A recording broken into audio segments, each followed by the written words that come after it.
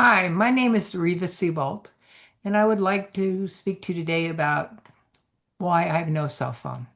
People are always amazed that I can survive without a cell phone.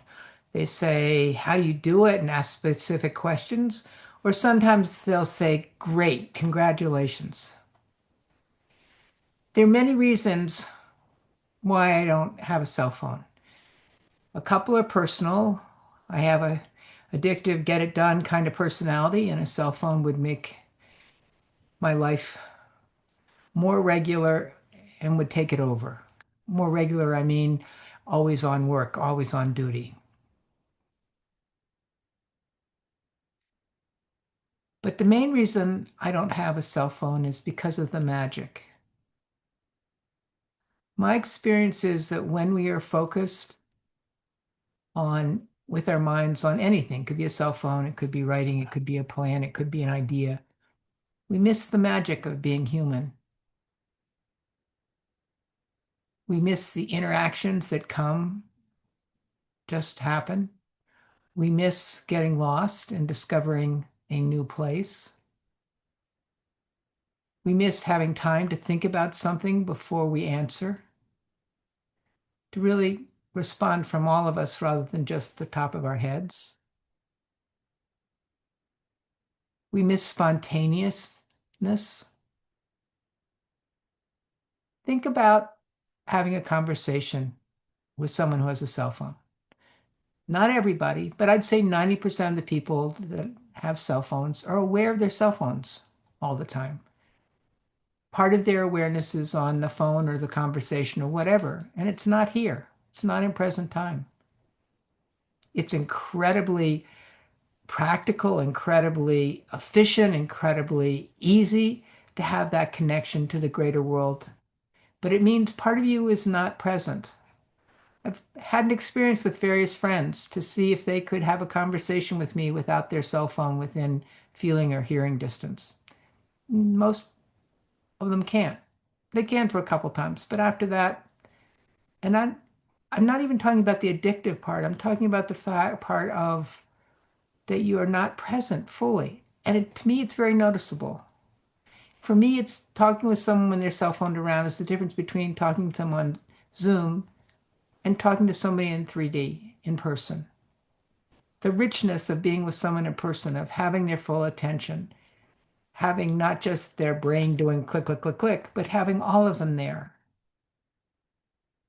versus being on Zoom, which is wonderful, it's efficient, it's effective, but it's 2D. There's so much delicious information missing. I have a Tai Chi class that I go to 3 weeks a month in on Zoom and one in person. And it blows me away every time I think, oh, we're doing great fine in Zoom. And then I get to see the moves in person, and there's a whole nother level of awareness. So that's the problem I have with cell phones. They take away, like all digital flat kinds of things, they take away a level of beingness, a level of awareness, a level of richness, a level of the magic of being with another human being. I often get more from an interaction with a salesperson to feed me than I do having a conversation on Zoom. I get the information. You get the information from me here. It's a great information portrayer.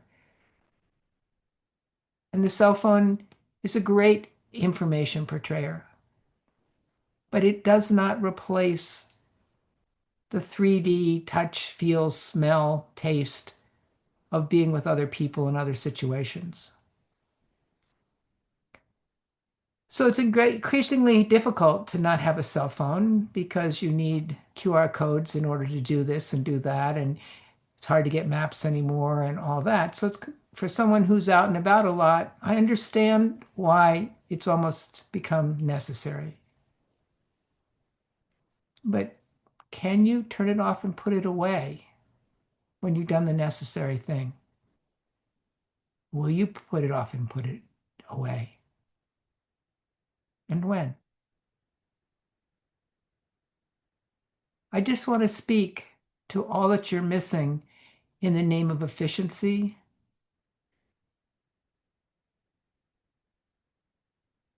in the name of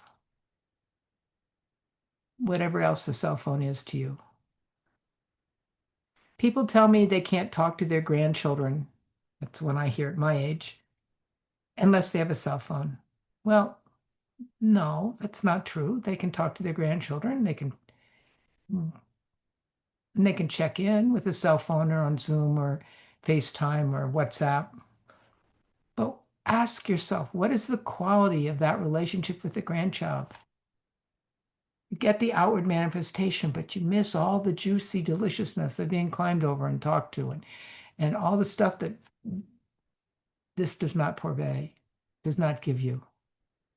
So I'm not suggesting that you turn off your cell phones or never have one. Well, actually, I am suggesting you turn off your cell phone. But I'm suggesting that you look at the quality of your life using and being attached to a cell phone versus the richness and quality of life that we perceive our family, our parents, our grandparents had.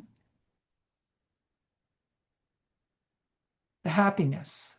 Yes, it was uncomfortable. It was sometimes not very efficient, not very, you'd have to stop your life and go see somebody. And it wouldn't be that often. But could you consider the possibility that that's more important than just the information?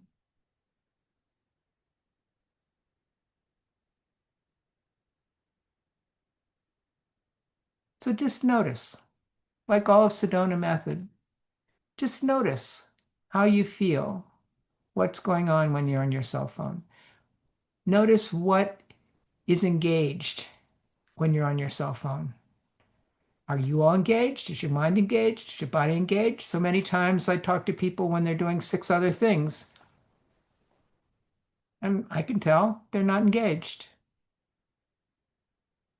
Is it different than washing dishes with a friend and having a conversation? I would say yes, rather than washing the dishes with yourself on the cell phone. So again, just explore how you feel on the phone when you're with somebody and how you feel when you're with them not on the phone. How you feel when you're with somebody and the phone's right there, and how you feel when you're with somebody and the phone is away. Your attention isn't fixed to it. Explore. See what really works for you and how it feels. And as the wants come up wanting to do something about something, just let them go.